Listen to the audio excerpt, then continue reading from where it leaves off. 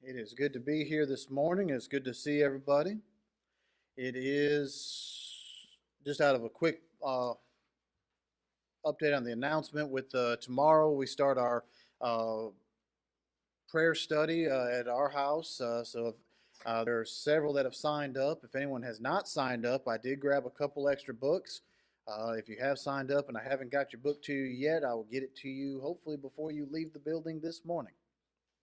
So just out of quick notice there, we'll be doing it every Monday for it's 7 weeks. There are just 7 chapters in the book, so we're going to cover a chapter a week starting tomorrow, and it'll go through the end of March. So anyone that would like to join us for that or know someone who would like to join or benefit from it, maybe it can be an outreach or opportunity there, please feel free to do that and talk with me about it. Our sermons today, I didn't plan it this way, but I came up with a catchy little phrase to remember which one I'm doing where. We're going to talk about fear first and Satan second. We'll put Satan off until tonight, but fear first. This morning's lesson is entitled, What Do You Fear? Maybe it should be, Who Do You Fear? I've kind of juggled between the two of them, but in either case, what is our fear? Fear can be a healthy thing because it can help keep us alive and out of danger. If we are aware of the dangers of something, we don't necessarily say that it's a fear. Maybe I say I have a respect for that. Such as an easy illustration is this electrical socket over here. I don't necessarily fear the socket, but I do know what happens if it goes wrong, and I feel what is inside of it. It's not a fun thing. Ask me how I know. It has happened before. And so I don't necessarily fear it, but I have a healthy respect. And I think we're going to talk to that in just a second. So how can I use fear, especially as it's described in the Bible, in the correct and healthy way in order to glorify God in our lives today? So, to define fear itself, the dictionary today says that fear is an unpleasant emotion caused by the belief that someone or something is dangerous, likely to cause, I think that's supposed to be harm, or a threat. You can tell I don't have a proofreader on this one, apparently. Apologies for that one.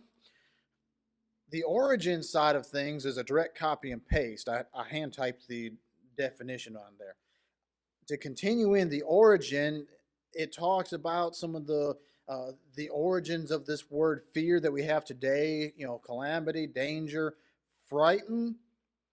And here's the one that I want to focus in on. Also means to revere. The belief that something is dangerous, likely to cause harm or a threat, does not mean I need to be afraid of it, but that I should revere it is one of the qualities of fear. It is not something I have to shy away from. It's not that anytime I have to plug in a lamp or a light or my charging cable, I need to go find someone else to plug it in because I'm so afraid of that outlet, but that I have a proper reverence or revering for it, that I don't misuse it. So looking at our fear, in Matthew 10 and verse 28, Jesus says, Do not fear those who kill the body, but cannot kill the soul, but rather fear him who is able to destroy both soul and body in hell. So Jesus is saying in more context here, but he says that there are those that we fear earthly that can hurt our body but can't touch our soul. Don't fear that. Instead, fear the one who can destroy both body and soul in hell. Now, some will take this verse right here by itself and say, see, there won't be an eternity in hell because right there it says that the soul will be destroyed. Look at the broader context, look at the full scriptures, and we'll see that I do not believe that is so. That's not the point of today's lesson, so we'll look forward. How do we have this fear. Not the fear of people, but the fear of the Almighty in a proper way. When I first went to Exodus, chapter 20 is where we're headed to at Mount Sinai. I started with the idea of looking for Aaron because he said that when he threw the gold into the fire, this calf just jumped out. But later on, he admitted that he feared the people. But instead, I want to look at this other focus here. Let's look at the people in general. There was fear expressed at Mount Sinai. And I have this under the earthly fear area because there is also godly fear. And I believe that this is the earthly fear because they feared in the wrong way. Exodus chapter 20, verse 18 and 19. Now all the people witnessed the thunderings, the lightning flashes, the sound of the trumpet, and the mountain smoking. Remember, the presence of God came down onto Mount Sinai here, and this was his grand entry, if you will. This was his exclamation that I am here. So when they saw all of this, verse 19, or actually finishing verse 18, they saw it, they trembled and stood afar off.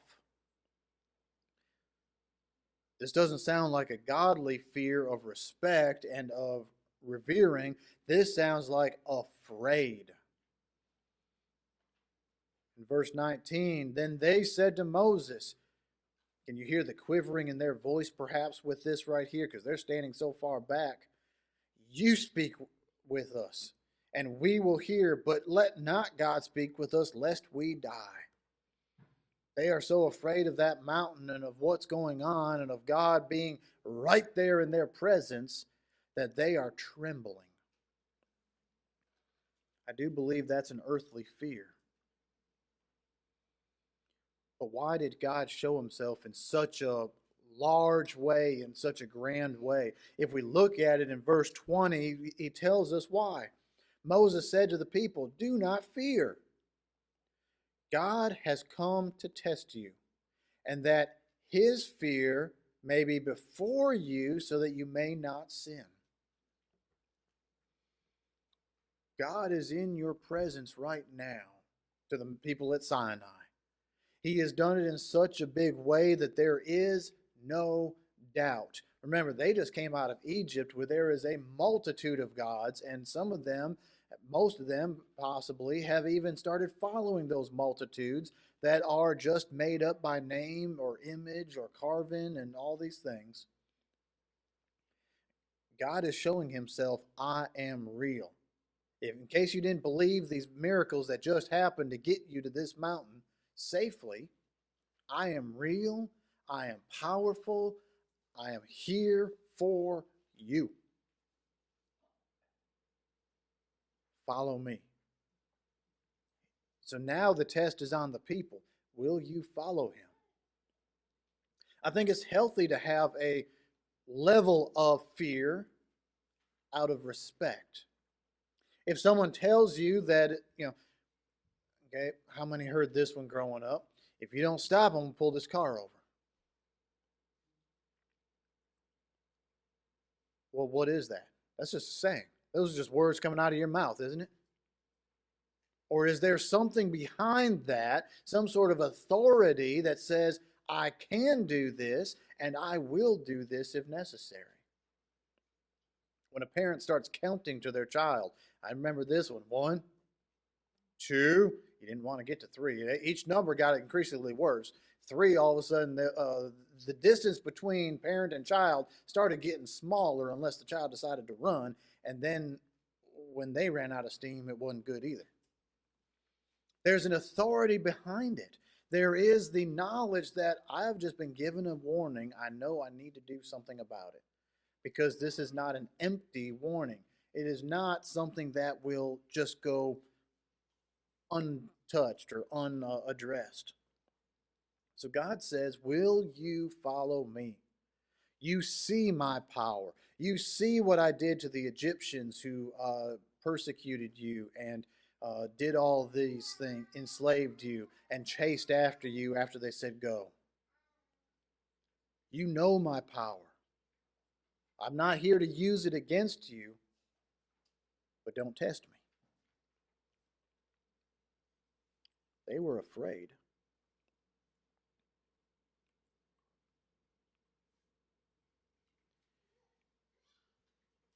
In 1 Samuel chapter 15, we see our next example of an earthly fear. In 1 Samuel 15 and verse 24, we see the simple statement from King Saul, who was being confronted by the prophet Samuel. Saul said to Samuel, I have sinned, for I have transgressed the commandment of the Lord and your words. Why did he do this? He knew what the will of God was. He knew what Samuel had told him. That was a message from God. He says, I transgressed all this because I feared the people and obeyed their voice.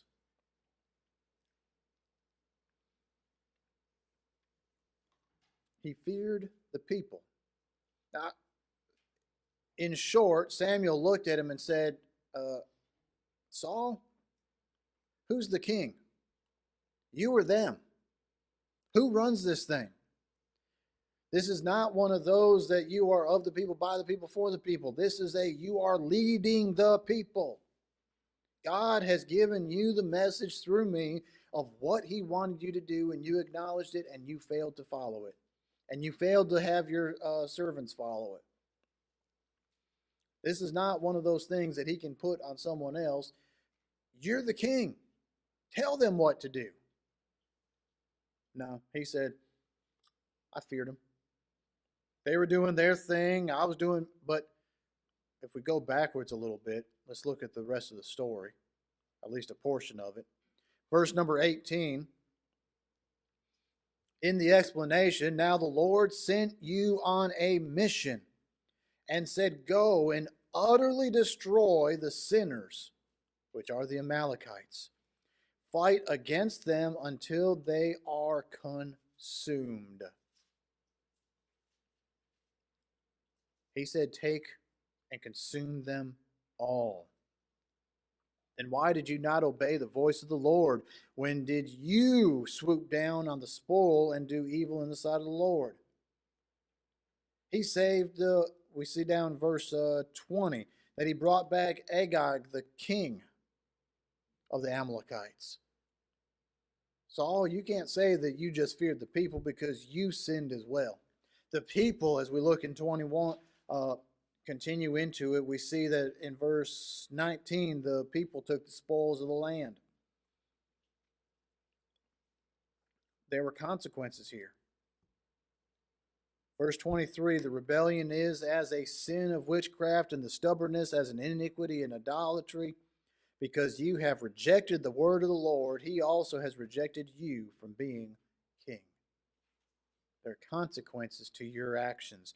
Now, he did not lose his crown immediately. We see going forward that it transitioned. He failed to do the will of God out of fear. Why exactly he didn't, why he saved the king instead of doing what he was commanded to do, that one isn't out of fear. That was inappropriate actions. But the rest is that he decided not to tell the people. Well, why not? Maybe the people would tell him, well, you're not following God. Why should we? We were told to utterly destroy everyone, but you saved the king. Why can't we take some of the plunder then? So maybe he has a reason to fear the people because he didn't fear God enough to follow him fully in the first place. What about New Testament? What about those who would follow Christ, but not do it publicly? What about those who had fear about different things and so they had to do it secretly and quietly? Either come to him or follow him. Two examples. We have Nicodemus, the Pharisee. We see in John chapter 3 where Nicodemus came to him and he said, by night. Why come by night? Pharisees went to Christ all the time. during his ministry. But it was to test him, it was to watch him, it was to check on him, it was to see what the people were doing and what he was doing. But here he had an honest question for him.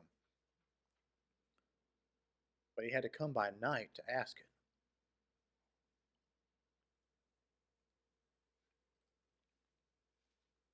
What about John chapter 19? After Jesus was dead from the cross, Joseph of Arimathea went to Pilate and asked for the body to be put into his tomb.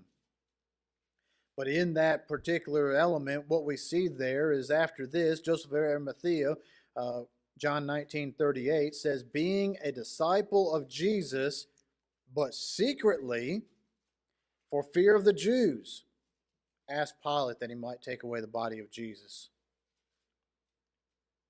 He was a disciple of Christ secretly. There are people in the world today that are Christians and that do not profess it openly in the marketplaces. They do not profess, they don't have a sign out front of their meeting place because of fear of severe persecution and death. If they know that the church is meeting in that place, the people around will come in and tear up the place and likely beat, batter, or kill the people inside. Baptisms are done in backyards, inside of fences, because the persecution is so great in those areas, in those countries. But here, Jesus had thousands following him daily, and yet Joseph of Arimathea did so secretly.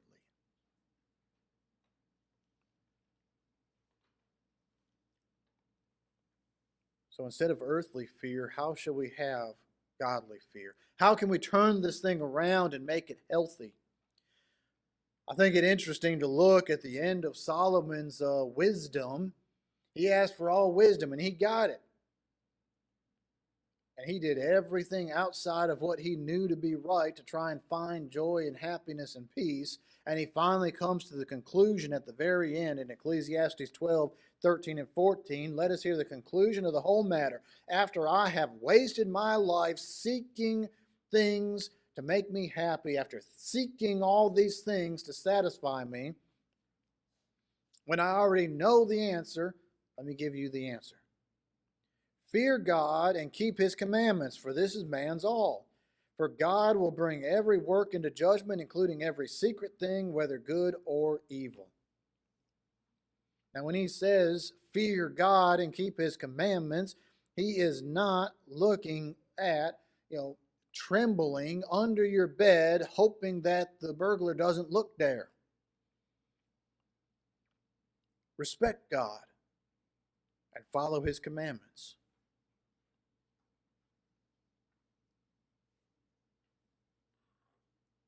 Again, reiterating the first verse that was brought out when Jesus says, do not fear those who can kill the body and not the soul, but rather fear those who are able to destroy both body and soul in hell. We need to be worried about our soul. Why should we put our soul in jeopardy over some bodily harm? Granted, bodily harm does not sound like something I am going to appreciate or something that I'm going to want to have happen. I would like to avoid that if possible, but I should not fear it more than I fear God. I need to respect God enough that if bodily harm comes to me, then it comes to me. Blessed are those who suffer for my name's sake, who are persecuted for my name's sake. What Jesus says. The apostles themselves in Acts chapter 4 were threatened by the leaders of the time. How did they respond? When they got down to all of this, they had healed someone and of his withered hand, and he was over 40 years old, and so it was being marveled about by everybody.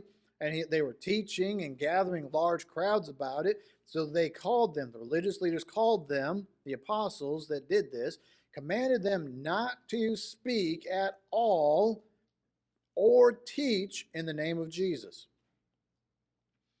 But Peter and John answered and said to them, whether it is right in the sight of God to listen to you more than God, you judge.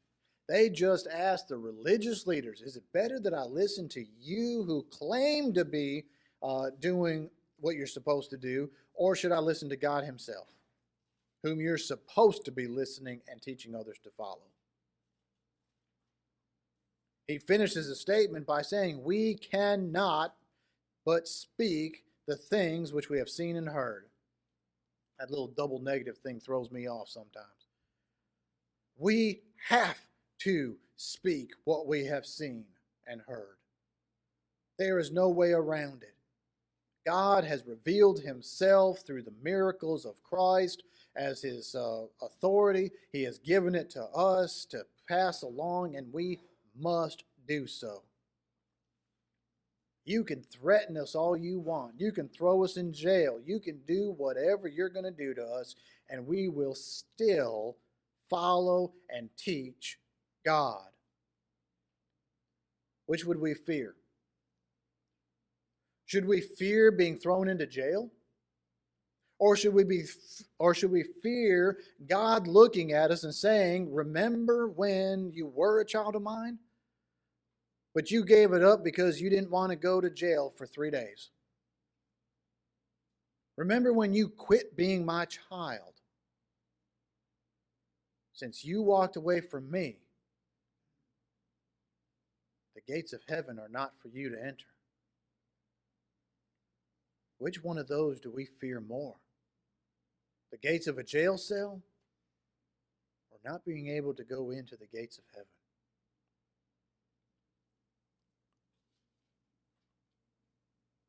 God is a God of love and mercy. It is possible to do both, love and respect him, with an appropriate amount of fear, and that fear being that revering, that I recognize your powers and your abilities, and I respect that. Why do you think so many times in the scriptures, I am a servant, I am a bondservant, I am a disciple? Christ said to be the greatest, you must be the least. Serve one another. Are we only fearful of punishment or retaliation of the leaders? If we look forward into verses 21 and 22, we see that, so when they had further threatened them, they let them go, finding no way of punishing them. Now, I think it's interesting here is the religious leaders had a fear as well, but they went back to an earthly fear because of the people, since they all glorified God for what had been done. The religious leaders were afraid of doing too much to these two apostles because they feared the multitudes outside of whom they just helped and who they're teaching. Because they were glorifying God. Why weren't they glorifying God? Be a good question for another day. Do we respect the power of God and let that respect lead us to living an approved lifestyle? Can we stand and be like these two apostles and keep reading and see where they went back to the others, they gave the account, and they gave praises for having been counted worthy of being persecuted, of being threatened. And then they go the very next day and keep on doing what they were doing. Fearing God does not mean that we should be hiding in our closet and trying to hold the door shut. If we have done something to make us fear like that, let's talk, because there's a way to get out of that. Because God's love and grace and mercy have come to this earth, and he has shown it to us that we don't have to fear him in that manner. We ought to respect him, would be the word that we would use today. We need to make sure we understand what that is. Fearing God does not mean I'm afraid to go to him. It means that I respect his power. Now, do we allow the things of this earth to sidetrack us from respecting God in the appropriate ways? Do we allow ourselves to be sidetracked by that? If we have, then let's evaluate why. Let's figure out how to get back to following God where we're not worried as much about earthly fear, but that the godly fear and respect shines through. If there's any way we can help with that process, if there's any way we can change the focus of fear into respect and into obedient submission to Christ and to God's will, let's talk. The invitation is open for anyone who needs it. If anyone here now needs it, is welcome now while we stand and sing. If you need it privately or at another time, come at any time and let that need be known.